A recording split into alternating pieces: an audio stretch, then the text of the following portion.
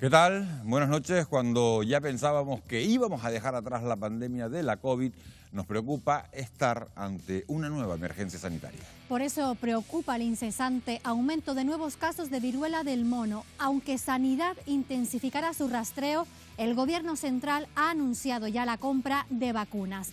Con los casos ya detectados en Canarias, nos preguntamos, ¿es hora de tomar medidas preventivas en eventos multitudinarios como el carnaval? En reacción al planteamiento de que el evento producido en Maspalomas haya generado este brote, es aún totalmente inconsistente. Por ahora es solamente una hipótesis. Si me preocupa por la celebración de los carnavales o cualquier otro evento multitudinario en este contexto, en esta situación en la que encontramos, hay que decir que lo que hay que apelar es a la responsabilidad de la población. Aunque siempre ha habido enfermedades transmitidas de animales a humanos, los expertos ven en estos momentos un inquietante aumento y expansión de las zoonosis. ¿Qué está ocurriendo? ¿Qué futuro nos espera? De todo ello hablaremos esta noche. Ahora, con el ejemplo del COVID, hemos visto el potencial disruptor gigantesco que tienen las enfermedades infecciosas, pero no tenemos grandes herramientas de prevención, sobre todo para aquellas enfermedades nuevas que puedan surgir, ¿no? Hay muchísimas enfermedades zoonóticas que deberían asustarnos, pero las que nos deben asustar más son las que todavía no conocemos.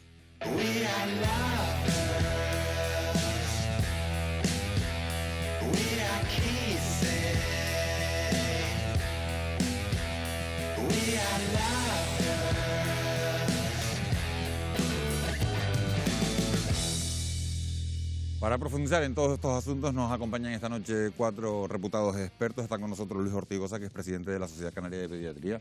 Luis Ortigosa, bienvenido. Buenas noches. Gracias por acompañarnos esta noche. Amos García Rojas, jefe de Epidemiología del Servicio Canario de la Salud. Señor García Rojas, gracias por acompañarnos. Buenas noches, Miguel. Buenas noches. Está con nosotros también María del Mar Tavío, que es microbióloga. Buenas noches. Gracias por acompañarnos. Está con nosotros también la compañera periodista Verónica Pávez, que es periodista científica. Verónica. Buenas noches. Bienvenida, gracias por estar con nosotros. La viruela del mono no es para nada una enfermedad nueva, al menos en África. Europa sí que está descubriendo estos días por primera vez en qué consiste. Pero, ¿qué se sabe de la viruela del mono? Lo vemos. La viruela del mono fue descubierta en 1958, cuando ocurrieron 2 brotes de una enfermedad similar a la viruela convencional en colonias de monos, con los que se estaba realizando labores de investigación.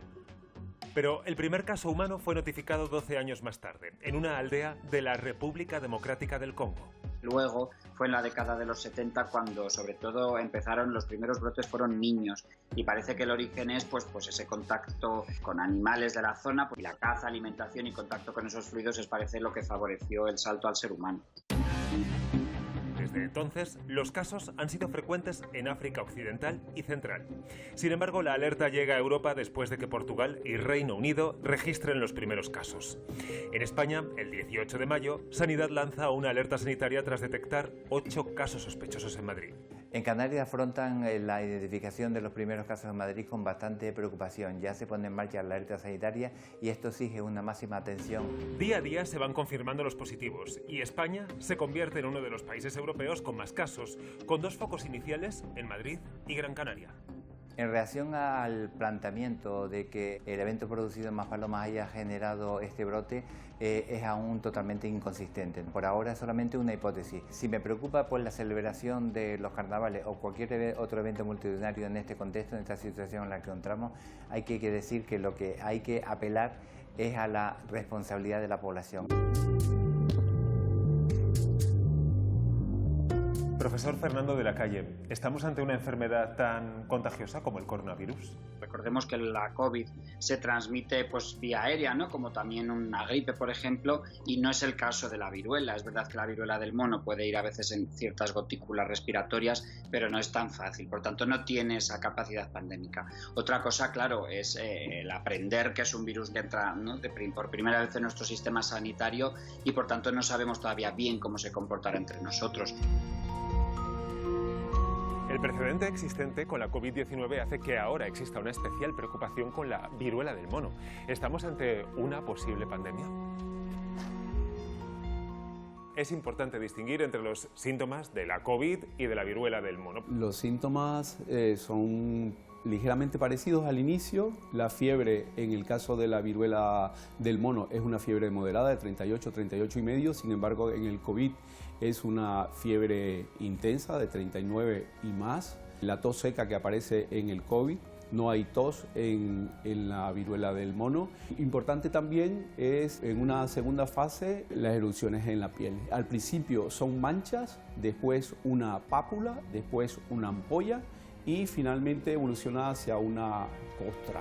Una de las ventajas es efectivamente que estamos ante una enfermedad que tiene un buen pronóstico, una enfermedad que tiene una sintomatología leve, bastante más leve de la viruela tradicional. Los casos positivos o probables y sus familiares lo primero que tienen que saber es aislarse para proteger a los demás, aislarse en una habitación, no compartir ropa ni utensilios y tratamiento sintomático. ¿Cuánto dura la infección de viruela del mono?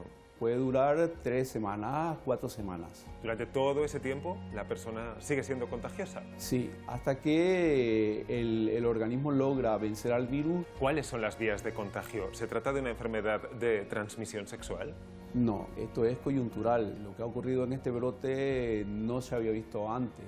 Normalmente es una transmisión a través de contacto de piel y mucosa, contacto de contenido de las pápulas, aerosoles, gotas de saliva de un sujeto afectado a un sujeto sano. ¿Qué tratamiento existe en estos momentos para las personas que se contagian de viruela del mono? Pues a día de hoy, con lo que conocemos, el tratamiento sería sobre todo evitar las complicaciones. Las más frecuentes son pues la infección de esas pústulas, la sobreinfección por bacterias de esas pústulas o de esa erupción cutánea, o las complicaciones que pueda haber luego respiratorias, etcétera. Sí que es verdad que hay algún antiviral que podría ser eficaz. De momento, más porque se han aplicado y da la sensación de que son útiles. En Reino Unido se ha comenzado a vacunar a los familiares más cercanos de los contagiados para frenar en seco el avance de la viruela del mono. Bueno, pues Sanidad ya ha confirmado 84 casos de viruela del mono en España. Nuestro país se ha convertido en uno de los países europeos con más casos, con 2 focos iniciales en Madrid y Gran Canaria. Laura de Pablo, ¿cuál es la situación en estos momentos? Lo vamos a ver, Miguel Ángel, porque los datos van cambiando a cada momento.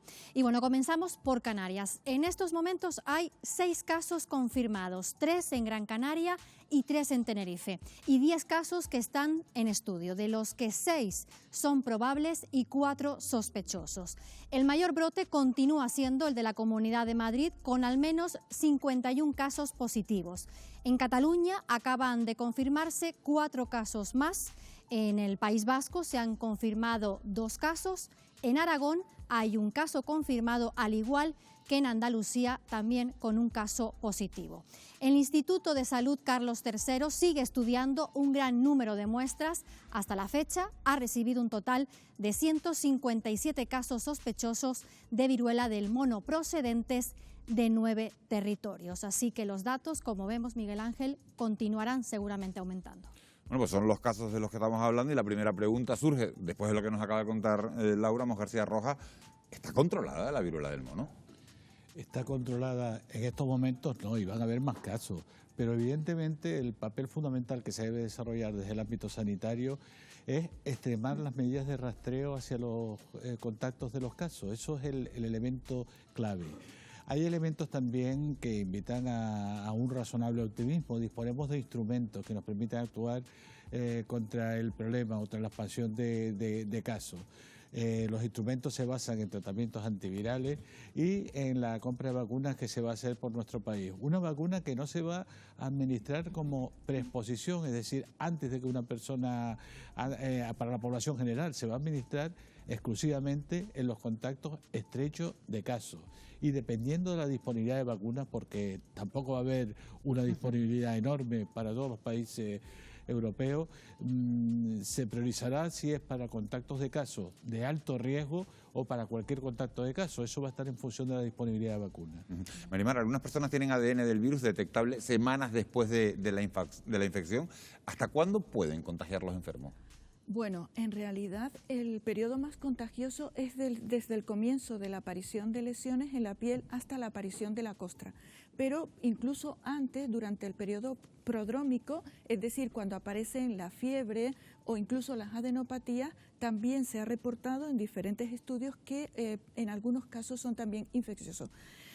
¿Hasta cuándo? Pues incluso pueden seguir durante semanas eliminando el virus, por ejemplo, en las heces, que también son contagiosas. Hay que tener en cuenta que el virus también contagia a través de fomites.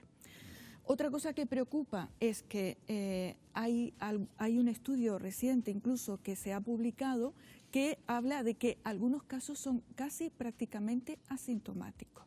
Y esto preocupa porque, claro, se complica más. Claro, tendríamos personas infectadas que son contagiantes y que no se les ha diagnosticado, que son asintomáticos o con una sintomatología muy leve, sin la fiebre, sin las adenopatías. Eso preocupa bastante. Luis Ortigosa, numerosos científicos avisaron ya hace algunos meses de que la viruela del mono era una amenaza global y que en cualquier momento podría dar el salto a Occidente. Te pregunto, ¿ha tardado en reaccionar la Organización Mundial de la Salud? Desde que un blanco se ha enfermado, ha surgido la alerta. Desafortunadamente, esta no es una frase mía, es una frase de Iñaki Alegría, es un pediatra que trabaja en Etiopía y hace ya años que en toda esa, ya saben ustedes, se ha dicho, en la zona centroafricana y del occidente, llevan ya años con este tipo de viruela y realmente ellos se la están trabajando. Y este compañero dijo esa frase que es muy interesante, es decir, cuando a un blanco le aparezca la primera costra, ahí empezará. Es que le iba a preguntar, lo estabas diciendo, estaba mirando a la periodista, a Verónica, que es periodista científica, y yo digo, nos estamos ocupando más los medios de comunicación después de lo que acaba de decir Luis, desde que a un blanco le apareció la primera costra. Es que nos estamos ocupando quizá mal, pero no es tampoco nuestra culpa, entre comillas, ¿no? Nos ha llegado esta información de repente, ¿no? Nos llega desde Reino Unido, además no nos llega desde nuestro país directamente, sino nos llega desde Reino Unido con ya ciertas ideas impuestas desde Reino Unido y bueno, hemos tenido problemas desde a buscar imágenes de lo que es la viruela del mono, que lógicamente aparece en personas de color negro, siempre. Y hemos tenido muchos problemas para encontrar imágenes, para que se sepa lo que es. Y por otro lado está el tema de la estigmatización de hombres que tienen sexo con hombres, que también vino de las primeras informaciones que vinieron de Reino Unido. Luego vamos a hablar de ese tema, vamos a ir profundizando en los distintos aspectos que se están tocando de este asunto. Lo que sí es verdad es que la Organización Mundial de la Salud admite que la situación es alarmante porque la enfermedad no sigue los patrones habituales a lo que estábamos acostumbrados. La gente que está viéndonos en casa, todo el mundo se hace dos preguntas. Una, ¿debemos estar preocupados? Dos, ¿va a pasar lo mismo que con la COVID-19 y esto puede convertirse en una pandemia? Sí, ¿debemos estar preocupados? No, debemos estar ocupados en la vigilancia y en el seguimiento del problema. ¿Y se va a convertir este proceso en una COVID-19? No, rotundamente no. Los mecanismos de transmisión de este problema tienen un ámbito que imposibilita que tengan potencial pandémico. Por lo tanto, cierta tranquilidad y cierto sosiego. Y sí me gustaría referenciar un momento porque me parece que es sumamente importante lo que se ha comentado, lo que comentó el doctor Luis Ortigosa de nuestro amigo Iñaki Alegría, en el sentido de que el problema aparece o nos alarma cuando llega a la piel de un blanco. Y hablabas del comportamiento de los medios de comunicación. No, es que el problema no es los medios de comunicación, el problema es que la estructura social de los países desarrollados sigue miope en relación a no entender que en un mundo globalizado, en un mundo como en el que estamos, cualquier tipo de problema de salud que aparezca en un ámbito... Claro, por eso preguntábamos si la Organización Mundial de la Salud había tardado en reaccionar, porque es normal que los medios de comunicación se empiecen a preocupar una vez el Ministerio de Sanidad de tu país es cuando declara una alerta sanitaria, una situación de emergencia, ¿no? En este sentido, a mí me gustaría recordar simplemente un par de cosas. Una, el caso del ébola. Cuando el ébola, que ya existía en África, estaba en África, ahí estaba. Pero cuando ya una misionera enferma y ya entonces cuando ya se empieza y recuerden ustedes cómo se preparó la posible llegada de ébola a Europa. Afortunadamente la cosa se paró y gracias a eso se ha hecho una vacuna eficaz que existe ya para el ébola para estos países africanos. Pero antes comentamos, y si tengo un minuto lo voy a comentar, y no sé si a lo largo del programa vamos a hablar de zoonosis y de cuáles son las preocupaciones que tiene la OMS en cuanto a posibles enfermedades futuras pandémicas. Antes los comentábamos, en el año 2015 la OMS convocó a Ginebra a un grupo de expertos, inmunólogos, epidemiólogos y demás, diciendo que había que preparar un dossier para ver cuáles serían los potenciales peligros de enfermedades infecciosas para el mundo. E hicieron un registro de 10 enfermedades, Zika, SARS, MERS, virus Lassa, etcétera, y pusieron al final la enfermedad X. Una enfermedad X que decían que era una posible enfermedad que podría provocar una pandemia por un patógeno aún no conocido. Año 2015. Y llegó el año 2020 y llegó ya la enfermedad X. Pero ya acabó, porque lo importante de la OMS es que si ustedes entran ahora en la página de la OMS de esto, pone cuáles son las enfermedades que, volviendo al 2015, lo mismo pero en el 2022, cuáles son las enfermedades que tenemos que vigilar. La primera, la COVID-19, segundo sigue, y al final, ¿saben qué hay? La número 10, la enfermedad X. Significa que vamos a tener más enfermedades X probablemente dentro de unos años. Claro, y si me permite, la mayoría además conviene entender que son zoonosis, es decir, enfermedades que pasan de los animales al hombre y viceversa. Y esto es algo que creo que es sustantivo. De todas las zoonosis vamos a hablar después. Vale. Sí, pero me refería a que hay determinadas situaciones que favorecen la expansión de zoonosis. Ahí está el calentamiento global y el cambio climático, la deforestación que acompaña, que produce un cambio en la ecología de los animales, un cambio en la ecología de los microorganismos. Ahí está la pobreza también, como elemento diferenciador entre países ricos y países pobres. De verdad, Amos, te lo prometo que vamos a hablar de eso en unos minutos. Sí me gustaría preguntarle antes a María del Mar. Los expertos en María del Mar están asegurando, por un lado, que el contagio de la viruela del mono no es tan fácil, pero a la vez, bueno, existe la preocupación de que acabe siendo endémica en Europa. ¿Eso podría suceder? Vamos a ver, ¿por qué hay esta preocupación? Porque hay que tener en cuenta que los animales son reservorios, incluso animales que han sido comprados como mascotas, como ocurrió en Texas, Estados Unidos, donde el reservorio, que en principio parece que está bastante aceptado, que es el reservorio del virus de la viruela del mono, que son roedores en África, viajaron en un barco con mercancías, en un barco que llegó a Estados Unidos. Estos roedores contagiaron a unos perros especiales, perros de la pradera, que luego fueron comprados como mascotas y que infectaron a seres humanos y se produjo un brote. Podría ocurrir lo mismo porque también del ser humano al contacto con animales podría transmitirse el virus. Es decir, cuando hay un reservorio animal es más fácil que, como ocurre en África, haya un problema endémico. Bueno, de hecho, por esta razón ahora el Centro Europeo de Infecciones lo que está recomendando es que en caso de que haya un caso positivo, se haga la cuarentena junto a su mascota, junto a su perro, su gato, si las condiciones de bienestar lo permiten. Pero claro, estamos entrando en ese tema de vamos a tener que proteger también a los animales, hacerles PCR, hacerles seguimiento, porque se pueden convertir en un reservorio. Yo sé que después vamos a hablar de... Vamos a hablar de eso, porque tengo que ir a publicidad, pero solamente un minuto, porque yo creo que para cerrar, estamos hablando de enfermedad y del One Health, que hablamos de salud animal, salud del hombre, salud humana y salud del planeta. Estos tres conceptos yo creo que después los trataremos, pero son fundamentales para que la gente entienda por qué nos está pasando esto y por qué nos puede seguir pasando. Claro, son todas cuestiones muy interesantes en las que vamos a ir profundizando a lo largo del programa, de verdad. Antes hablaba Verónica de un asunto que ha ocupado muchísimas informaciones de los medios de comunicación. Fíjese, el hecho de que la Agencia Británica de Seguridad Sanitaria haya ligado los contagios de la viruela del mono a personas homosexuales ha provocado indignación en los colectivos LGTBI. Piden que no se les vincule con una enfermedad que afecta a toda la población por igual. Lo vamos a ver en un instante, a la vuelta de publicidad, no se vayan. Una forma muy fácil de estigmatizar, señalar al colectivo por sus prácticas sexuales y por romper determinados roles y tabúes con respecto a la vida sexual, y es una forma indirecta de poder decir ellos son los responsables y que la sociedad tenga un enemigo directo.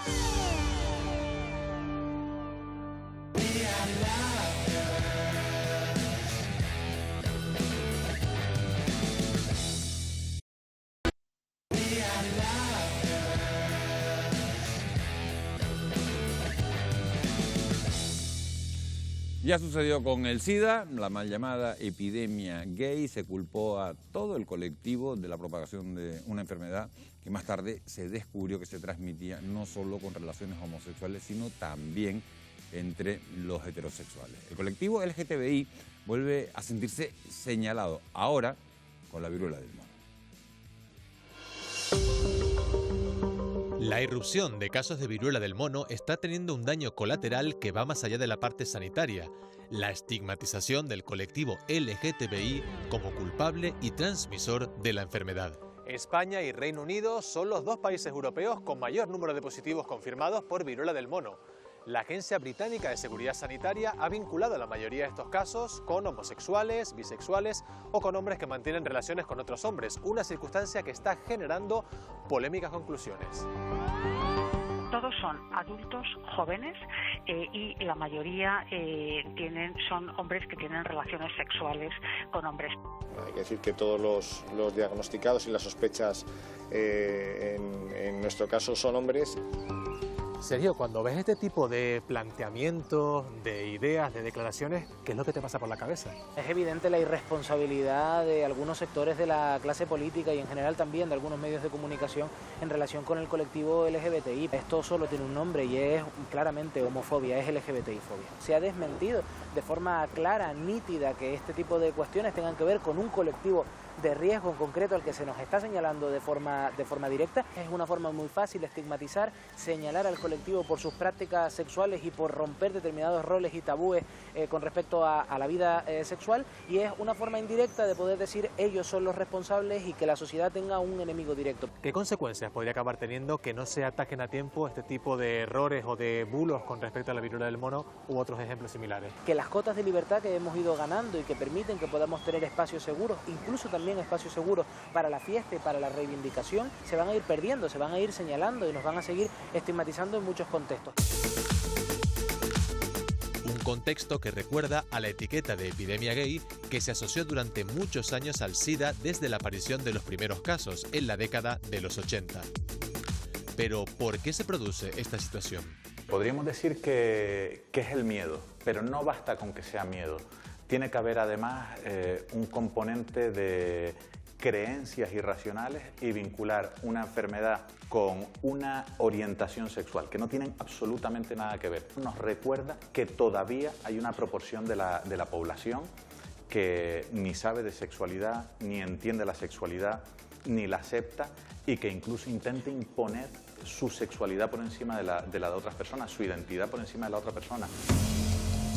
1 de cada 3 de los casos de VIH detectados en Canarias en 2020 se produjo en relaciones entre personas heterosexuales. Sin embargo, el estigma de enfermedad gay sigue señalando al colectivo LGTBI.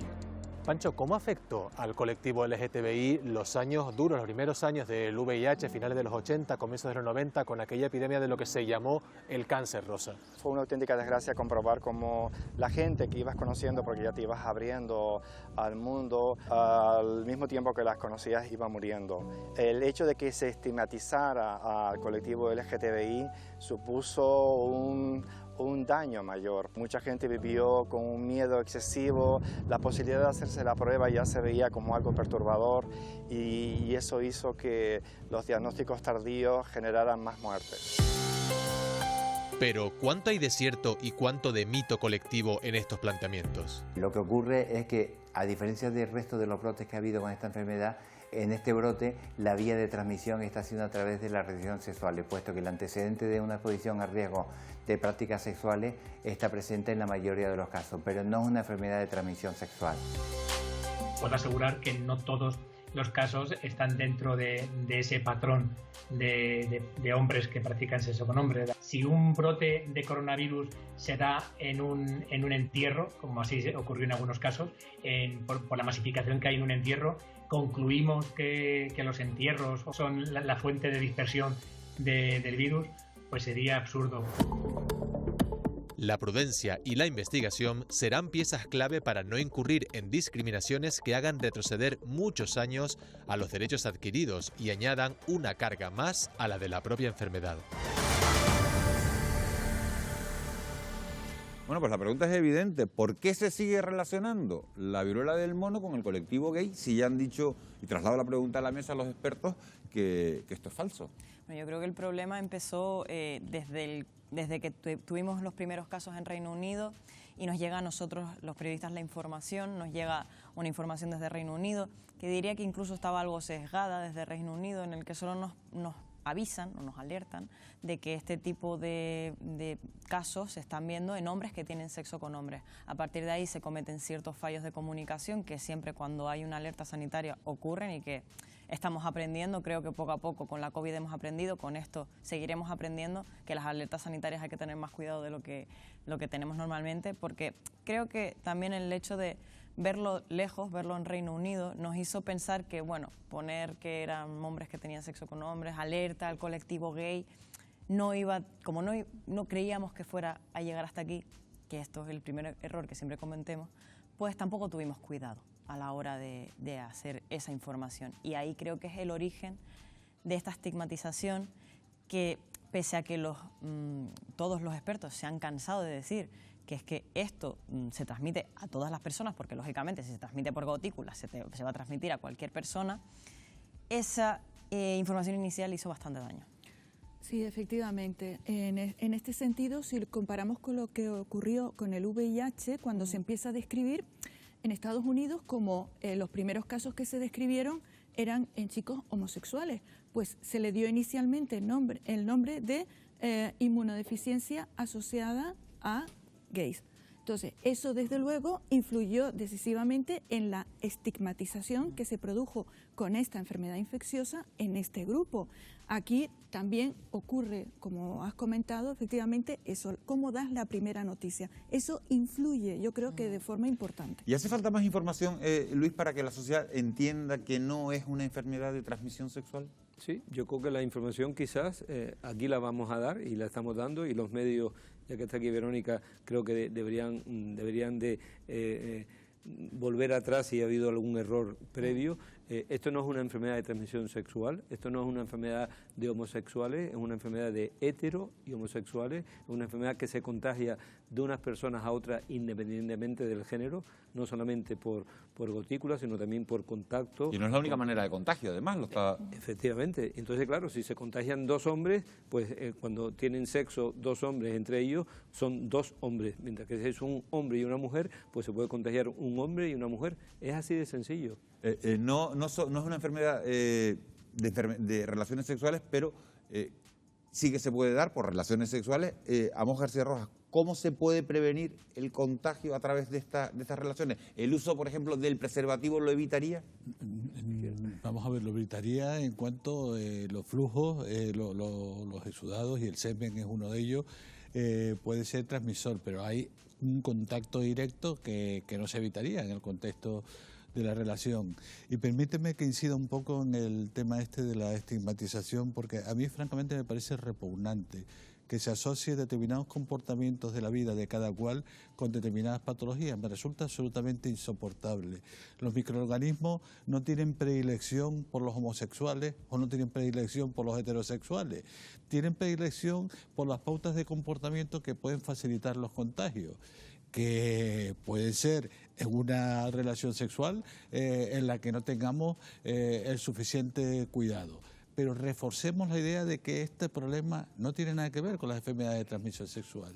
No es una enfermedad de transmisión sexual, es una enfermedad que se transmite como se transmite. Por lo tanto, por favor, dejemos que la gente viva su vida en paz.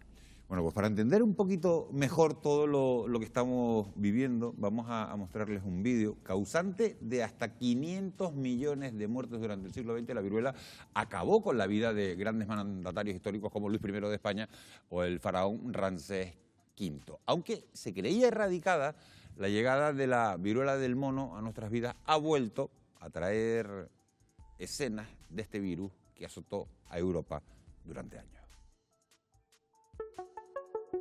En 1980, la OMS anunció que se había erradicado la viruela. Era la primera y única vez en la historia que se declaraba la extinción de una enfermedad infecciosa del planeta. La vacuna de la viruela tuvo gran parte del mérito. Algunos de los que la tienen puesta lo saben por esta marca imborrable en su piel. Las personas que tengan una marca compatible con la vacuna de la viruela pueden asumir que han recibido la vacuna, ¿no? Pero hay que buscarla en el brazo o en el muslo. A veces no es tan obvia ni tan visible, ¿no? Y no todo el mundo es consciente de tenerla. La verdadera manera de saber si estás o no correctamente vacunado es consultando tu cartilla vacunal o bien tu historia clínica, que es donde debería estar reflejado. ¿Cuál es la medida más adecuada para lograr cruzar esta alerta sanitaria evitando que se multipliquen los contagios? ¿Una opción es una vacunación masiva con la vacuna de la viruela? Primero, que ahora no sería factible en este momento, y lo segundo es que no tenemos tampoco la seguridad de que la vacunación de la viruela protegiese. La mayoría de brotes que se han dado en África, hasta el 90% de los contagiados era gente que no estaba vacunada. Y al contrario, se ve que sí que hay cierta protección en los vacunados. ¿Tenemos dosis vacunales de aquella, de los años 80? Unas 2 millones de dosis las tiene la Agencia del Medicamento. Siempre se han estado fabricando vacunas bajo pedido, porque con el virus de viruela siempre hemos tenido el peligro de su utilización como arma biológica. Importante distinguir entre los síntomas de la viruela, aquella que se superó en los años 80, y de la viruela del mono que tenemos ahora mismo. ¿Qué diferencias hay? En el caso de la viruela humana, tenía unas formas leves hasta formas muy graves. En las formas graves de viruela humana había una diseminación por todo el cuerpo e implicación sistémica y ciertos casos muertes. La viruela fue en su día una de las enfermedades más temidas del mundo y se calcula que solo en el siglo XX provocó unos 500 millones de muertes. Pero, ¿cuál es la letalidad de la viruela del mono? La mortalidad en teoría no es alta, sí que puede dar más la lata a esas complicaciones, suele estar con esas pústulas, pero sí que es verdad que en los brotes en África ha variado un poco la mortalidad y sobre todo sí que se ha visto que puede llegar a ser algo más agresiva en niños o la gente, como hablábamos antes, no vacunada. En el brote europeo no se ha descrito ningún fallecido, aunque en África Central la variante más virulenta ha llegado a alcanzar un 10% de letalidad. Bueno, pues lo acabamos de ver. La Organización Mundial de la Salud advierte de que hay 2 cepas del virus, la de la cuenca del Congo, con una letalidad de apenas un 1%, y la cepa de África Occidental, que puede alcanzar una mortalidad del 10%. Amos García Rojas, ¿temes que esta cepa más agresiva pueda llegar a nuestro país? Bueno, en principio la información que tenemos disponible es que la mayoría de los casos son jóvenes y todos han evolucionado perfectamente. Ninguno ha requerido ingreso hospitalario. En estos momentos, en relación a la viruela del mono, 0 casos hospitalizados, 0 casos fallecidos, por lo cual, en principio, la que puede estar circulando con nosotros, a lo mejor la compañera microbióloga lo sabe más, tiene todos los perfiles de ser la más leve.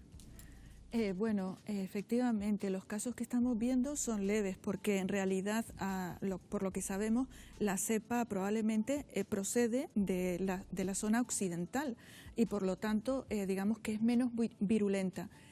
Podría llegar la cepa más virulenta, se han identificado más casos, por ejemplo, en la República Democrática del Congo y algunos otros países centroafricanos, podría ser, por eso es tan importante el control y la vigilancia epidemiológica. Claro, podría ser, evidentemente, pero también me gustaría que midiéramos la letalidad o la mortalidad en función de dónde la medimos. No es lo mismo vivir en África. Claro, que tiene mucha... Efectivamente. Otra cuestión importante que se ha comentado, y lo comentaba en el reportaje, depende también de la persona.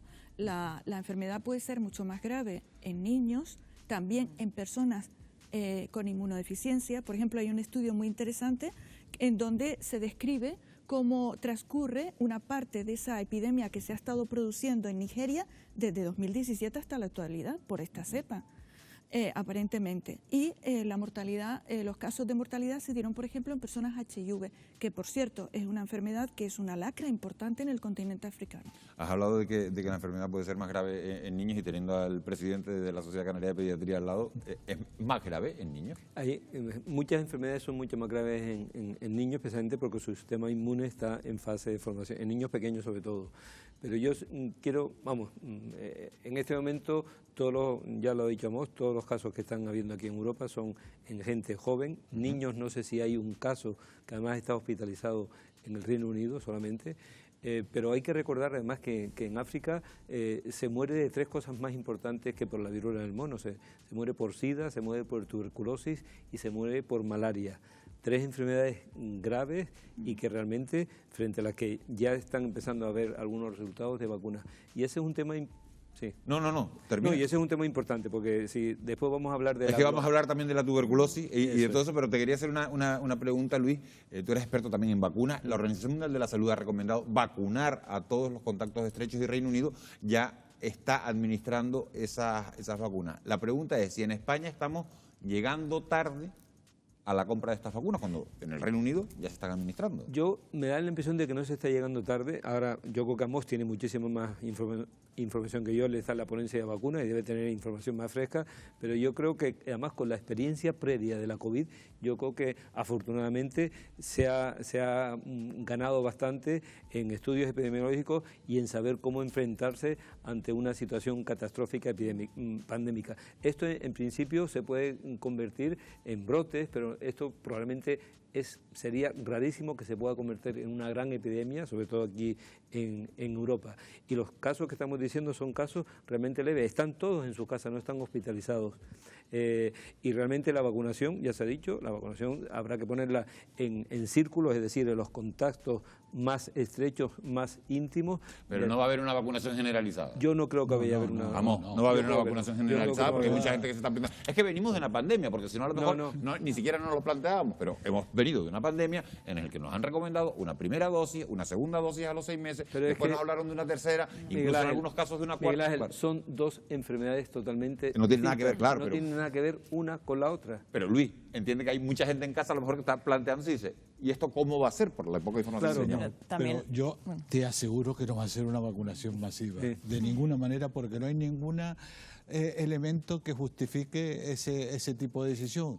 Además no hay vacuna para que pueda hacerse una vacunación masiva, no hay disponibilidad de vacunas. Que no hace falta.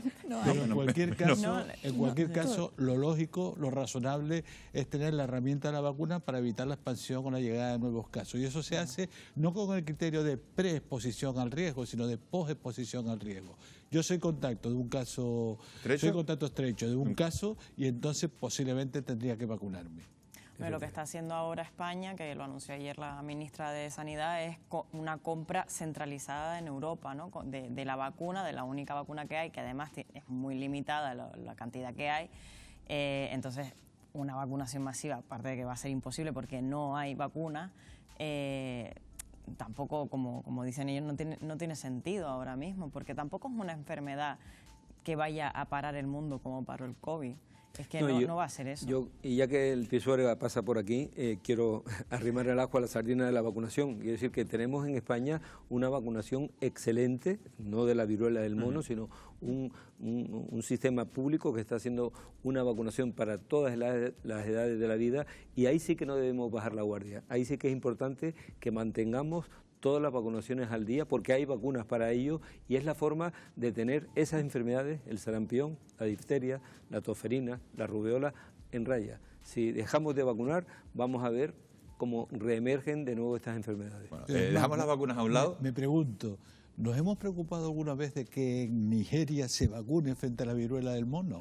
¿Nos los hemos preguntado alguna vez? Hemos Lamentablemente, no. Efectivamente, desde 2017 hay una epidemia importante en Nigeria y ahora lo tenemos aquí. Ahora es cuando nos preocupamos. Cuando el primer blanco tiene una pústula es cuando llega el problema. Esa es la realidad. Durante toda la noche ha planeado en este estudio, y cada vez que se habla de la viruela del mono, el fenómeno de la zoonosis. No es ningún fenómeno nuevo, pero lo cierto es que se está acelerando. La expansión de las enfermedades que tienen su origen en un animal y se transmiten a los humanos, son esas llamadas zoonosis, son un importante problema de salud pública en todo el mundo. Vean.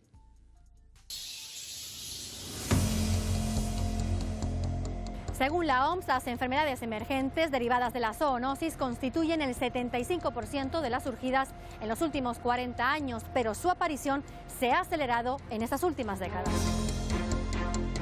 Estas enfermedades, que tienen su origen en un animal y se transmiten a humano, son un serio problema de salud pública en todo el mundo.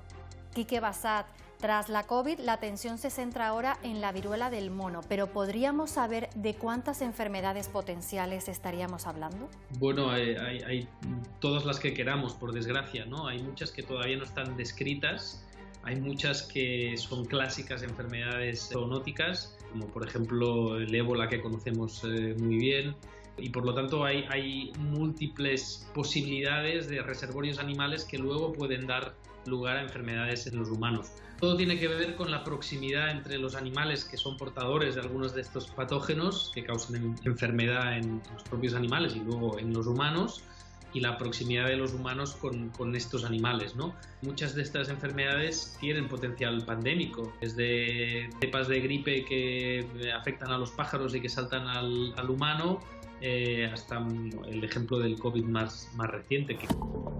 Los patógenos zoonóticos pueden ser bacterias, virus, parásitos o agentes no convencionales y propagarse a los humanos por contacto directo con los animales infectados o a través de los alimentos, el agua o el medio ambiente.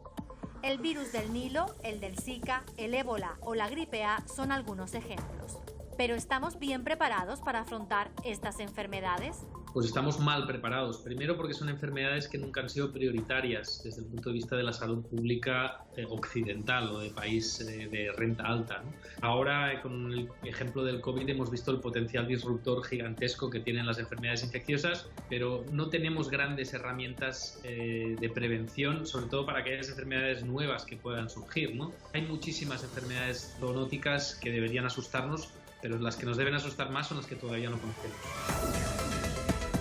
Cualquier zoonosis puede transmitirse y hacerse global en un periodo corto de tiempo, que probablemente tiene que cambiar nuestra visión y sistema de toma de decisiones de salud pública a la hora de anticiparnos ante amenazas emergentes, y que tenemos que tener una visión mucho más global y equitativa de lo que son las amenazas infecciosas.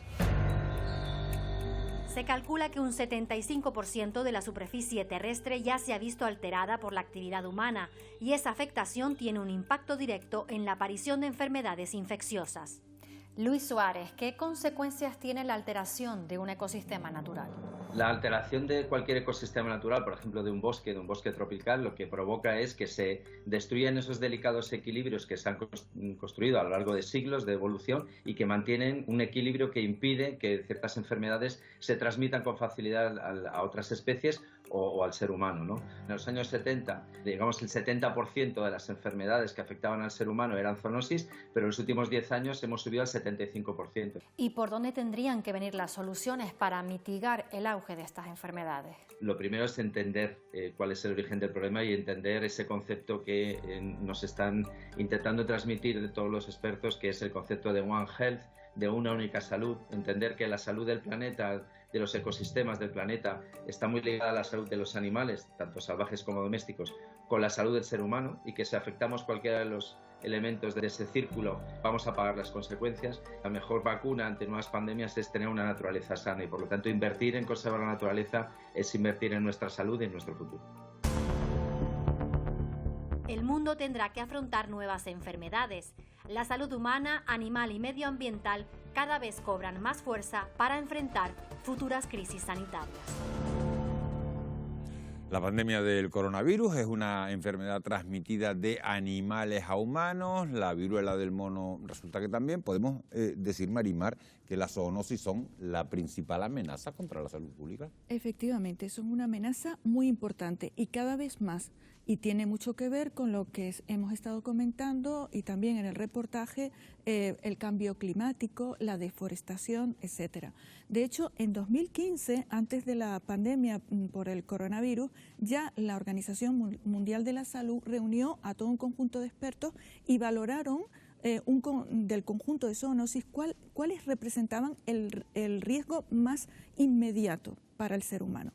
Entre ellas había una enfermedad X, ¿vale?, que puede ser perfectamente la que luego tuvimos como pandemia a partir y que sufrimos actualmente como pandemia de 2019. Otro virus, por ejemplo, el virus Nipah, es un ejemplo muy claro.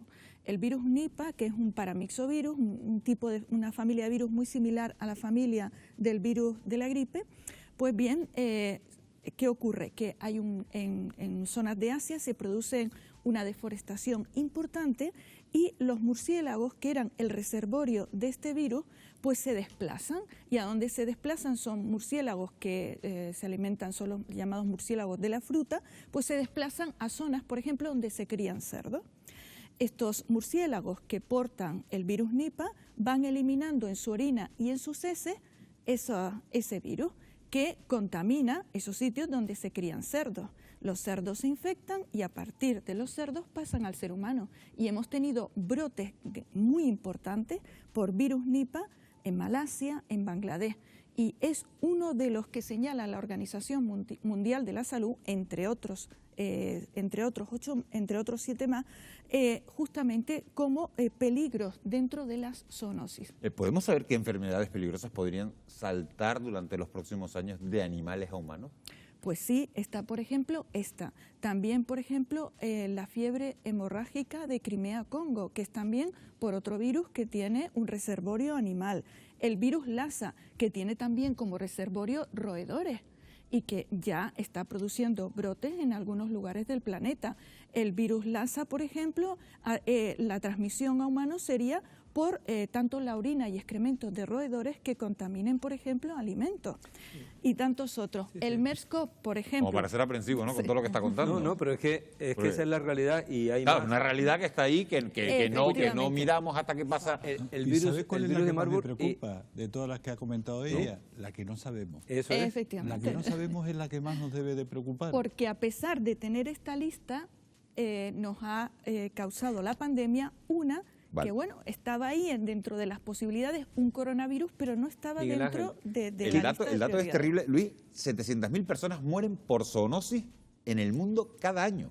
Conocidas, pero escúcheme, Kike Basato lo ha dicho, lo hemos dicho todo, y este es el tema fundamental. Yo voy a insistir en la importancia de hablar de la salud, una salud única, la salud del planeta, que ahora vamos a hablar, la salud humana y la salud animal. Estas son, y esto es de lo que ya se viene hablando desde hace unos cuantos años. Y ahí está el tema que se ha abordado aquí, y si quiere ya entramos en él. Claro, pero sí me gustaría preguntarte, ¿cómo nos anticipamos a estos virus de origen animal? ¿Los podemos anticipar? No, vamos a ver, todo esto no solamente virus, sino hay un montón de patógenos. Si tú supieses la cantidad de coronavirus terribles que tiene un simple murciélago, como el que estamos viendo ahí, lo que pasa es que es lo que estamos diciendo, cuando hay un equilibrio en las especies y hay una biodiversidad adecuada, pero ahora estamos con una pérdida de biodiversidad tremenda por el calentamiento global, por el cambio climático, por el tráfico de especies y por sacar las especies de sus zonas. Ella lo ha dicho, cuando una especie que está contaminada por virus, que ellos conviven entre ellos y no tienen problemas, lo sacamos y nos lo traemos, nos lo podemos traer de dos formas, en un mercado húmedo, como el de Wuhan, o nos lo podemos traer como una tortuga que nos trae salmonelosis, como cerdos vietnamitas, como serpientes, como iguanas, como bisones. Esto que estoy diciendo son mascotas que tenemos ahora. Pero ¿y eso se puede controlar, Luis? Que es la pregunta, porque tú tienes claro que el cambio climático es un elemento impulsor de la zoonosis, eso lo tienes claro. Totalmente claro. Y se puede prevenir, y la movilidad, claro, porque... Es que son muchos factores, o sea, pero por ejemplo, un disparate que hay en el mundo occidental es que hayamos pasado de tener mascotas habituales, de perros y de gatos, a todo esto que estamos diciendo, y estamos sacando de sus zonas de confort a especies totalmente peligrosas para el humano, porque cuando una especie que convive en su interior con virus, con bacterias, y toma contacto con el humano o con un roedor, como estamos diciendo, que puede ser el vector, y lo transmiten a humanos, ahí es cuando comienzan lo que se llaman zoonosis, que es el paso de una enfermedad de un animal a otro animal, como en este caso es el humano. No podemos evitarlo, pero sí podemos estar vigilantes en este tipo de cuestiones. Por ejemplo, el ejemplo más claro, lo que ha ocurrido en Nigeria, esa epidemia que se ha estado produciendo desde 2017, debíamos habernos prevenido para evitar que llegara y para evitar justamente que luego pueda convertirse en un problema endémico en Europa. Claro, al final estamos hablando de la desigualdad que hay en el mundo occidental con África y que se sigue dando con la COVID. O sea, es que parece que no hemos aprendido tampoco de todo lo que nos está pasando, de todo lo que nos sigue pasando, de todo lo que nos puede pasar, porque ahora que hemos tenido la oportunidad de romper con esa desigualdad que existe entre el Occidente y África, no lo hemos hecho. No se ha roto. Nosotros hemos llegado en España a un 93 o un 94% de población vacunada, correctamente vacunada, y yo no sé si las cifras han llegado ya a un 15% en África. Vamos, corrígeme si... En algunos países... bueno, tenemos que hacer un alto para la publicidad. Enseguida vamos a continuar hablando de todo esto, pero hacemos un alto mínimo para la publicidad y regresamos enseguida. No se vayan.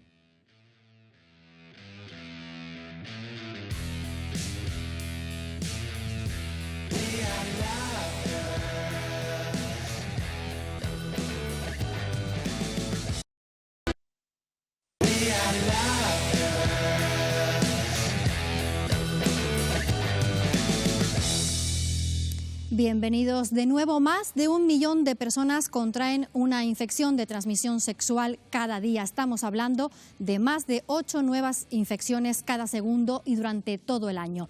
A pesar de su alta incidencia, son muchos los jóvenes y adultos que las desconocen casi totalmente. Y para abordar este asunto nos acompaña esta noche Félix Notario, presidente de la Sociedad Española de la Medicina de la Adolescencia. Félix, buenas noches, bienvenido. Muy buenas noches, bien hallados. Un placer estar con todos ustedes. Félix, la pandemia causó un efecto curioso en el tema de la incidencia de contagios en las infecciones de transmisión sexual. Se produjo una caída importante, pero en los últimos meses hemos visto cómo, sobre todo en los jóvenes, se ha vuelto a incrementar estos contagios. ¿Cuál cree que pueden ser las causas? Bueno, la vuelta a la normalidad, con todas sus consecuencias, a la buena normalidad y a las prácticas de riesgo, que son las que cada día más nos preocupan en nuestros adolescentes y en nuestros jóvenes. Han cesado en su confinamiento y han vuelto, digamos, a sus reglas del juego, a sus contactos, a su vida de relación, a las redes sociales. Han vuelto otra vez a ocupar ese espacio con una serie de prácticas de riesgo que son las que condicionan pues ese aumento tan notable en las enfermedades o infecciones de transmisión sexual. ¿Puede ser, Félix, quizás un problema de educación, de mal uso en las redes sociales, en Internet? Es curioso que en plena era de la información muchos jóvenes no sean capaces de separar o diferenciar lo correcto y lo que no lo es, ¿no? Es curioso y es una realidad. El mundo que rodea al adolescente, al joven, es el mundo que le ofrecen las redes sociales. Es el mundo de la información, de la comunicación, en su peor aspecto muchas veces. Claro que hay una carencia de educación sexual. Esa educación sexual debe partir de la familia, debe partir de la escuela, debe partir de la sociedad en general. Ahí es donde fallamos. Y esas prácticas, pues el adolescente las vive de una manera un tanto solitaria, descontrolada, no sabe dónde acudir y hay una verdadera carencia de información, de educación sexual, a pesar de esa hiperinformación que muchas veces llega a través de las redes, llega a través de Internet, pero que debe ser filtrada, debe ser valorada, acompañando a estos adolescentes pues, por parte de la sociedad, por supuesto. Estamos hablando, Félix, de casos de gonococo, clamidia y sífilis que se han duplicado en los adolescentes de entre 15 y 19 años en España. ¿Son conscientes los jóvenes de los peligros a los que se exponen manteniendo relaciones sin protección? Muchas veces no. Estas prácticas de riesgo, estas prácticas, pues tienen unos modelos aprendidos pues de la pornografía, de modelos que van a crear una actitud pues muy poco favorecedora en las relaciones humanas. Y entonces ellos no son conscientes. Muchas veces esa relación se va a acompañar de alcohol, de cannabis, de otras sustancias, que todo ello mezclado pues hace que estas prácticas de riesgo se produzcan y ellos no son conscientes muchas veces del peligro que entrañan las enfermedades de transmisión sexual, pero muchas otras cosas también, como esa aplicación de la violencia, la cosificación de la mujer, los embarazos no deseados, y todo esto viene de la mano de esta inconsciencia muchas veces de lo que suponen estas relaciones sexuales. Félix Notario, presidente de la Sociedad Española de Medicina de la Adolescencia, muchísimas gracias por acompañarnos e insistir en lo que hablaba de educación y prevención en nuestros jóvenes. Gracias. Muchísimas gracias a ustedes. Hasta pronto. Muchas gracias. Buenas noches. Bueno, Miguel Ángel, ahí recordar la importancia de la educación sexual en nuestros jóvenes.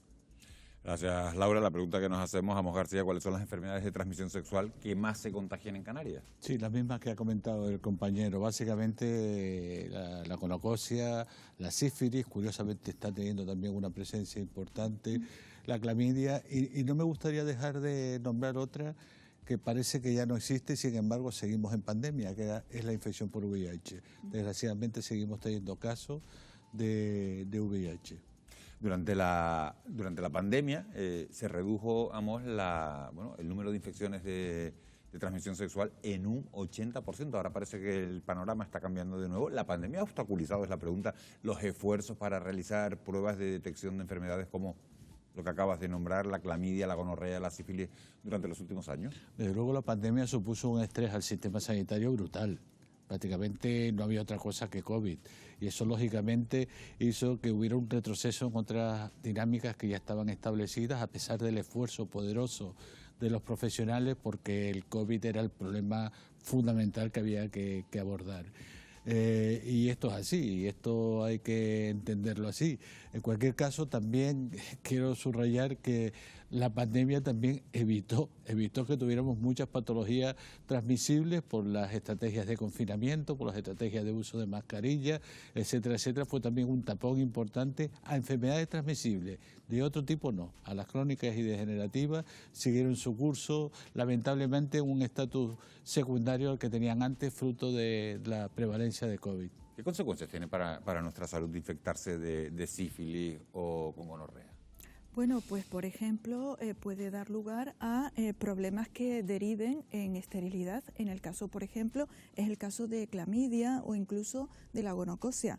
En el caso de la sífilis, los problemas incluso pueden tener mayor envergadura a largo plazo con afectación cardíaca o de otros órganos o tejidos.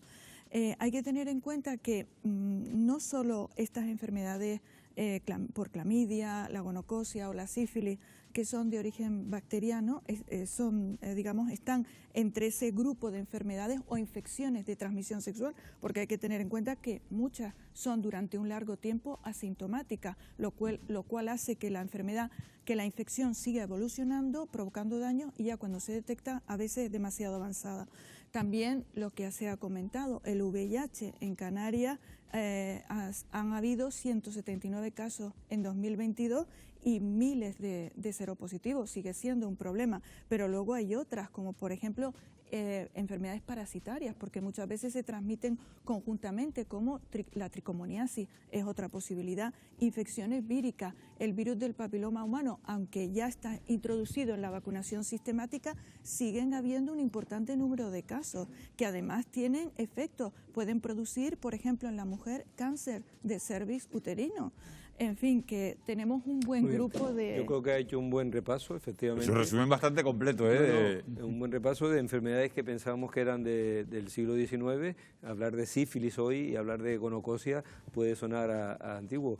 Hablar de VIH, que parecía que está todo controlado, no hay vacuna frente al VIH. Fíjense que se lleva desde el año 1981, que fue cuando comenzó... Perdona, Luis. Si hay una vacuna frente al VIH, sí, que es de látex y se llama preservativo. Entonces, la vacuna hay vacunas ahora en fase de investigación, en fase 1, en fase 1 todavía, especialmente con estas nuevas tecnologías de ARN mensajero, pero es una enfermedad que ha matado a 50 millones de personas desde que empezó, y es una pandemia. Lo que pasa es que a veces estamos acostumbrados a hablar de pandemias cuando oímos lo que ha pasado con el SARS-CoV-1.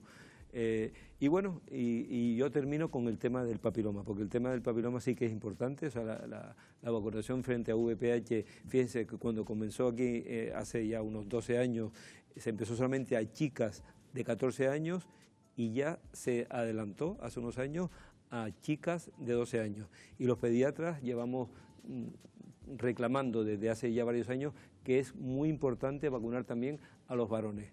Los varones también enferman de VPH y también transmiten VPH, con lo cual consigamos ampliar la vacunación a ambos sexos. Importante también en las infecciones de transmisión sexual la detección precoz. Por ejemplo, en el VIH contamos con fármacos antivirales que si se empiezan a administrar de forma precoz, cuando la persona simplemente es seropositiva, permiten, digamos, el control de la infección y permiten retrasar el efecto de ese virus. Vamos a seguir hablando del VIH porque se convirtió en la pandemia de la segunda mitad del siglo XX y se ha cobrado la vida de más de 35 millones de personas en todo el mundo, según ONU-SIDA. La próxima semana se van a cumplir 41 años del primer diagnóstico clínico del síndrome de inmunodeficiencia adquirida, el SIDA, que sigue teniendo presencia en nuestro archipiélago. Laura de Pablo, afortunadamente, la incidencia, eso sí, y la mortalidad es mucho menor. Es menor, pero no se puede bajar la guardia. Gracias al famoso tratamiento antirretroviral, la situación ha mejorado muchísimo en comparación a los años 80 y 90. Pero en Canarias la enfermedad está aún lejos de extinguirse. En nuestro archipiélago el número de nuevos casos de VIH en 2020 fue de 179 según el Servicio Canario de Salud. Es una enfermedad que se sigue transmitiendo en su mayoría por vía sexual.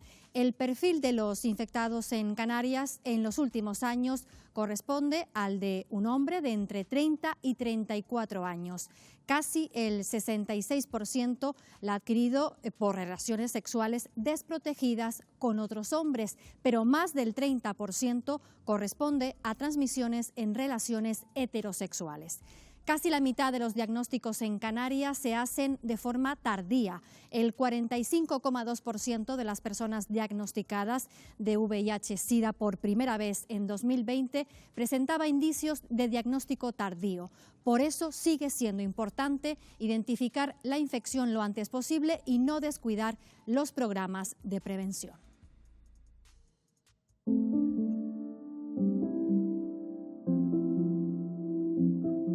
Alfredo Pazmiño, tú eres VIH positivo, además has visibilizado tu infección. ¿En qué momento te notifican a ti que eres seropositivo? Mi historia con el VIH comienza en el año 2011. Fue un diagnóstico rutinario, al cabo de unas prácticas de riesgo, pues me hago la prueba y a partir de allí pues los resultados determinan de que tengo anticuerpos para el VIH. Fueron muchos años, yo los recuerdo como una montaña rusa de emociones. Lo primero que se me vino a la cabeza fue el querer llorar, el no saber por qué. Quizá porque uno ante una enfermedad siempre le salta la idea de que te vas a morir, pero esto era completamente diferente. Estábamos hablando de una infección adquirida. Aparece la culpa en la cabeza y miles de otras cosas. Evidentemente cambia tu vida y tu forma de relacionarte con el mundo. ¿En qué momento decides tú visibilizar que eres VIH positivo y qué es lo que te lleva a hacerlo? Cuando nos sentábamos a hablar sobre las políticas de salud, las políticas sanitarias y sobre todo aquello que tiene que ver con la prevención del VIH, yo conocía a otras personas que, igual que yo, eran personas VIH positivas, pero hablaban del VIH en tercera persona. Eso me dolía muchísimo, porque yo también lo estaba haciendo en ese momento. Quise ser honesto conmigo mismo, con mi activismo y con todo lo que podía decir a partir del discurso y empecé a hablar en primera persona. Yo creo que me lleva a decirlo la necesidad de poner rostro, voz y sobre todo normalizar un discurso. Una vez que lo haces público, ¿te encuentras con algún tipo de rechazo en tu vida personal, en algún aspecto de tu vida? Pues yo creo que el rechazo está más en nuestra cabeza. Hablamos de xerofobia interiorizada y todas estas preguntas que nos saboteamos nosotros mismos a la hora de pensar que las cosas no van a funcionar del todo bien. Pero cuando yo lo dije no tuve ninguna respuesta en negativo. Hay muchas personas que viven ataques de discriminación, delitos de odio, simplemente porque otras personas saben que son VIH positivas y otras utilizan esto como moneda de cambio para extorsionarlas, para hacerles pasar una vida desastrosa. ¿Cuáles crees que son los principales factores que hacen que la xerofobia siga siendo una realidad social en los tiempos que corren? Yo creo que el desconocimiento es importante. Nosotros venimos de una campaña de los 80, de una generación de personas que pensaban que si tenías el VIH te ibas a morir. Actualmente hay muchísimas personas que desde los 80 siguen vivas, pero que han calado delante de ellos durante muchísimos años campañas como el sí da y no da. Alfredo, ¿tú crees que estamos en el buen camino para que a corto o medio plazo el VIH se pueda convertir en una enfermedad erradicada? Vamos por el buen camino, ese es el titular. Está claro que las políticas que estamos implementando ahora, que se están implementando tanto desde el tercer sector, que en toda Canarias contamos con muy buenas entidades LGBTI que realizan la prueba rápida y que están siempre detrás de hacer más campañas y llegar a la población diana, pues estamos consiguiendo que esa respuesta llegue, cale y cada vez más las personas conozcan su estado serológico. Si con la COVID pudimos tener una respuesta a nivel mundial, estamos seguros que con el VIH también lo podremos hacer.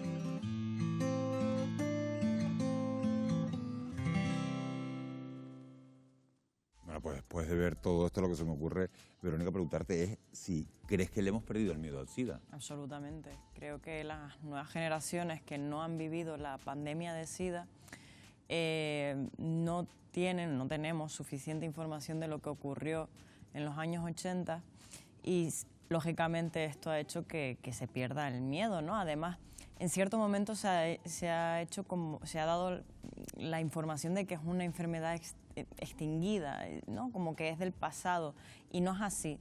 Y creo que esa información nos ha llegado, pero no de la manera quizás adecuada.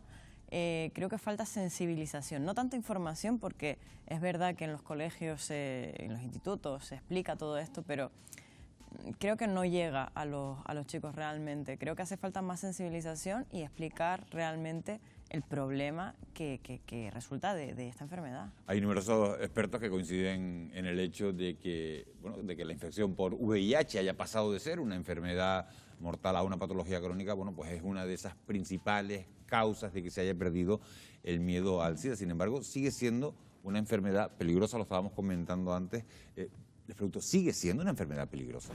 Sigue siendo una enfermedad peligrosa y sigue siendo una pandemia, lo que pasa es que es silenciosa. Pero es otra de las pandemias a las que nos tenemos que enfrentar, la pandemia del VIH-Sida. Es cierto, mira, una de los elementos positivos que nos ha traído la pandemia de la COVID-19 es que ha permitido que se establezcan líneas de investigación, además en el abordaje de vacunas de una manera mucho más decidida, mucho más evidente y mucho más sensata frente al VIH. No solo la de látex que le comentaba antes al compañero Ortigosa, sino vacunas como productos farmacológicos. Estamos avanzando en la línea de intervención, pero no podemos bajar la guardia en la línea de la prevención, de evitar el riesgo. Y por lo tanto el discurso, sobre todo a los más jóvenes, que son los que más se están infectando, el promedio de edad de 30 a 36 años, recordarle que por favor, hagan uso, algo que se decía. Hay una cosa que nos llama mucho la atención a los que no controlamos el tema de las vacunas como lo controlan ustedes, y es que 3 décadas de investigación, la farmacéutica Moderna ha comenzado los ensayos con una vacuna, de una vacuna contra el SIDA, con la tecnología ARN mensajero. Hemos sacado la vacuna contra el COVID, 5 vacunas, en un periodo récord.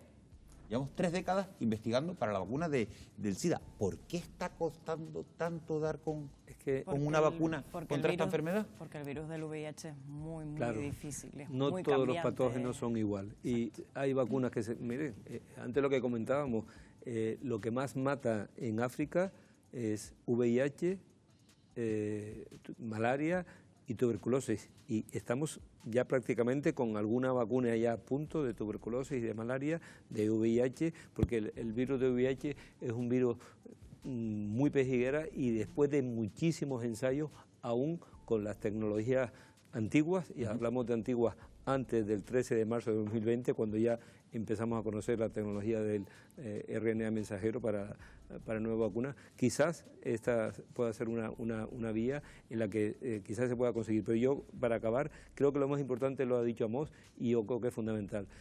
A nosotros, a los médicos, no nos interesa tratar enfermedades, nos interesa prevenir enfermedades.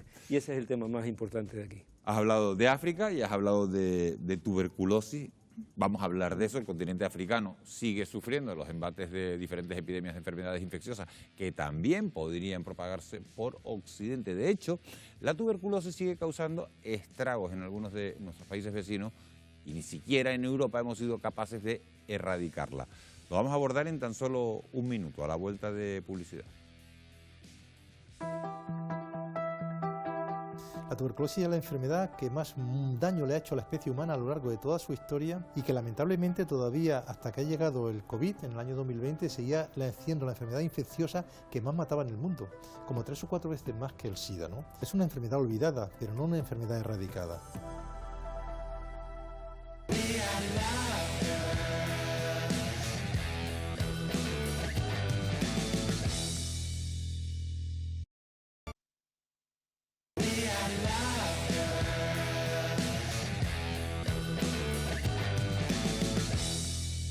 Faltan 13 minutos para las 12 de la noche, seguimos en directo en Televisión Canaria, en Fuera de Plano.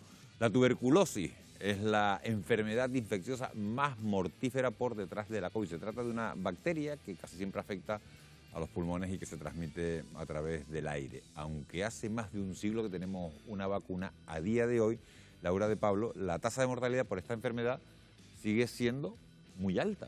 Desgraciadamente sí lo es, porque la vacuna existente confiere una protección muy pobre contra las formas respiratorias de la enfermedad. Hoy en día, la tuberculosis sigue causando más de 1,5 millones de muertes al año en el mundo, una cifra solo superada por las provocadas por el coronavirus. Más del 95% de las muertes se concentran en los países en vías de desarrollo, según la OMS. Encabezan la lista la India, seguida de China, Indonesia, Nigeria y Bangladesh. Pero ¿y qué pasa en nuestro archipiélago? Pues que en Canarias la incidencia es de las más bajas de España.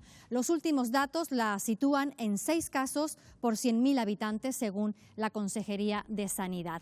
Pero la media española se eleva a casi 10 casos por 100.000 habitantes, lo que se traduce en más de 4.400 nuevos casos de personas con tuberculosis al año. Vemos la gran diferencia que hay entre los contagios que se producen en los países desarrollados con los que se dan en los que están en vías de desarrollo. Según la OMS, la incidencia de enfermedades infecciosas como la tuberculosis, el SIDA, la malaria y el paludismo, entre otras, están relacionadas con la pobreza. De todo ello hemos hablado con el neumólogo José Caminero. Lo vemos. A raíz de los primeros casos de viruela del mono, hemos vuelto a poner el foco en enfermedades latentes, olvidadas y muy presentes en países del tercer mundo, como es el caso de la tuberculosis. La tuberculosis es la enfermedad que más daño le ha hecho a la especie humana a lo largo de toda su historia y que lamentablemente todavía, hasta que ha llegado el COVID en el año 2020, seguía siendo la enfermedad infecciosa que más mataba en el mundo, como 3 o 4 veces más que el SIDA, ¿no? Es una enfermedad olvidada, pero no una enfermedad erradicada. Ahora mismo tenemos como 10-12 fármacos para luchar contra la tuberculosis, pero eso no es tan real. De ellos hay uno que es muy bueno, que se llama rifampicina, y lo que es muy doloroso es que la rifampicina se investigó en el año 1963, tiene 60 años. ¿Cómo puede ser que en 60 años no hayamos descubierto algo mejor? Hasta hace tan solo 7 u 8 años, que cuando empezaron a aparecer muchos casos en el mundo de resistencia a esa rifampicina que hemos dicho antes, se pusieron nerviosos los países ricos y volvieron a investigar, y hace como 5 o 6 años que sí que han salido otros 3 o 4 fármacos bastante buenos. Pero claro, cuando vemos la distribución de la tuberculosis en el mundo, parece que estuviéramos viendo la distribución de la riqueza en el mundo. Sin embargo, en España, en Portugal, no podemos hablar de una enfermedad que esté ni mucho menos erradicada completamente, ¿no? Enfermos en España hay alrededor de 6 o 7.000 cada año nuevos, porque nunca ha sido una prioridad política en los gobiernos que han pasado por este país en los últimos 30 o 40 años. No es el actual, el anterior, en ninguno ha sido una prioridad política. Perdóneme, pero ¿cuáles son esos aspectos en los que podríamos haber mejorado el avance? Pues por ejemplo, que haya una detección lo más precoz posible de la enfermedad, no esperar a que se va, que por ejemplo una vez que se haya la detección se haga un buen marcaje de todos los contactos del paciente que se han podido contagiar. En su consulta aquí en el Hospital Negrín entiendo que ha recibido pacientes que tienen tuberculosis. Seguimos viendo, no sé, calculo entre 40 y 50 casos todos los años. ¿Qué síntomas presentan generalmente? Sobre todo la tos y la expectoración prolongada. Un primer mensaje que deberíamos mandar es que toda persona que tenga una tos que dure más de 7 o 10 días debería ir al médico. Cuidado, no vamos a hacer alarmista. De cada 100 personas que tengan tos de más de 7 o 10 días, puede que tenga tuberculosis menos del 1%. Señor Caminero, cuando llega uno de esos pacientes con tuberculosis, ¿usted tiene miedo a que sea estigmatizado socialmente? El paciente con tuberculosis lamentablemente es bastante estigmatizado. Me duele mucho el estigma. ¿Por qué? Porque el paciente, una vez que llega y lo diagnosticamos, le ponemos un tratamiento que cura al paciente en el 99.5% de las veces, o sea, siempre. Tras la revolución industrial que ocurrió, los periodos de las conquistas, conquista América Latina, conquista África, conquista Asia, y ahí es donde masivamente se llevó la tuberculosis de la Europa, que estaba muy llena de tuberculosis, a países que no habían tenido contacto con la enfermedad. Y nos está viniendo de vuelta la tuberculosis. Claro, nos está viniendo de vuelta la tuberculosis, pero por las condiciones sociales a las que sometemos a la inmigración. Tú no has visto nunca en una patera venir a un cojo, a un manco o un tullido. Llegan aquí, entonces vamos a someterlos a condiciones otra vez de las que tuvimos nosotros hace 100 años, hacinamiento, desnutrición, malas condiciones de vida, y entonces es cuando empiezan a padecerlas. José Caminero, neumólogo, gracias por habernos atendido esta tarde y por ayudarnos a reflexionar sobre estas enfermedades.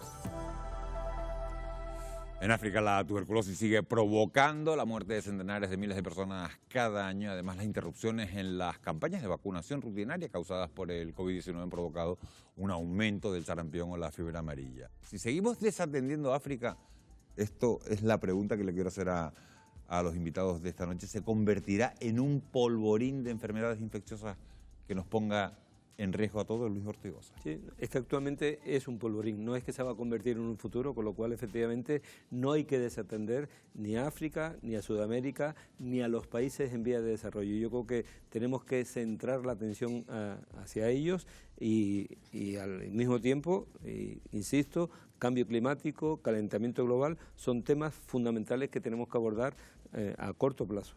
Ha sido nuestro gran fallo, ¿no? No atender esas enfermedades que estaban surgiendo en África y que las dejamos como recluidas en África porque ahí no nos pasaba nada. Y desde hace muchísimos años se está diciendo que tenemos que atenderlas, tenemos que ponerle freno pero no por nosotros, sino por ellos. Y claramente, como dice Luis, ya es un polvorín. Bueno, efectivamente hay un buen conjunto de enfermedades, las llamadas enfermedades olvidadas, y son olvidadas porque no nos acordamos de ellas hasta que nos llegan.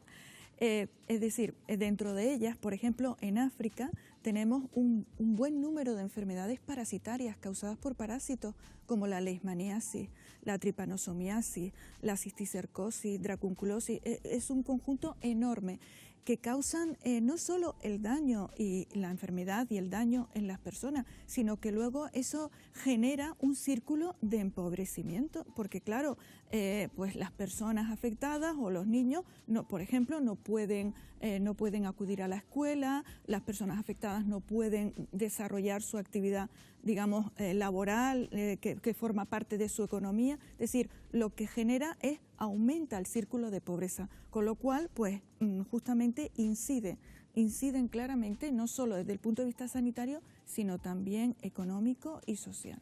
¿Estamos viviendo al lado de un polvorín, digamos? Evidentemente. ¿O estamos ya en un...? Evidentemente que estamos ya en un polvorín y seguiremos viviendo al lado del polvorín como no seamos conscientes de la pobreza. La pobreza como eje vertebral que posibilita la expansión en África de numerosas patologías transmisibles. Ya lo dice la OMS. Todas las enfermedades que están teniendo una presencia decisiva en África están claramente vinculadas a la pobreza y todo lo que conlleva la pobreza, hacinamiento, malnutrición, etcétera, etcétera.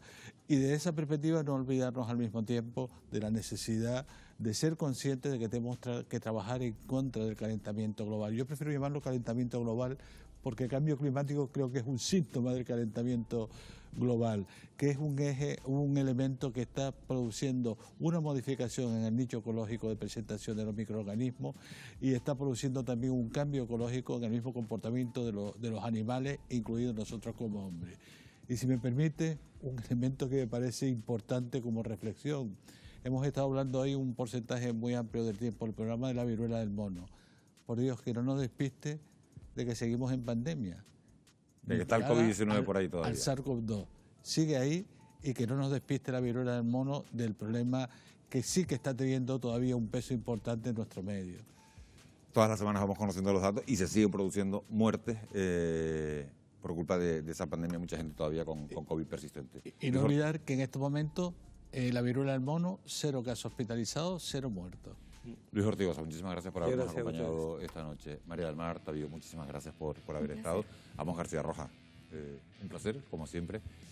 Verónica Pavés, compañera de los medios de comunicación, especializada en periodismo científico. Gracias por haber estado aquí en Fuera de Plano. Gracias a ustedes, sobre todo, por haber estado una noche más, un jueves más, aguantando hasta esta hora, 12 menos 3 minutos de la noche.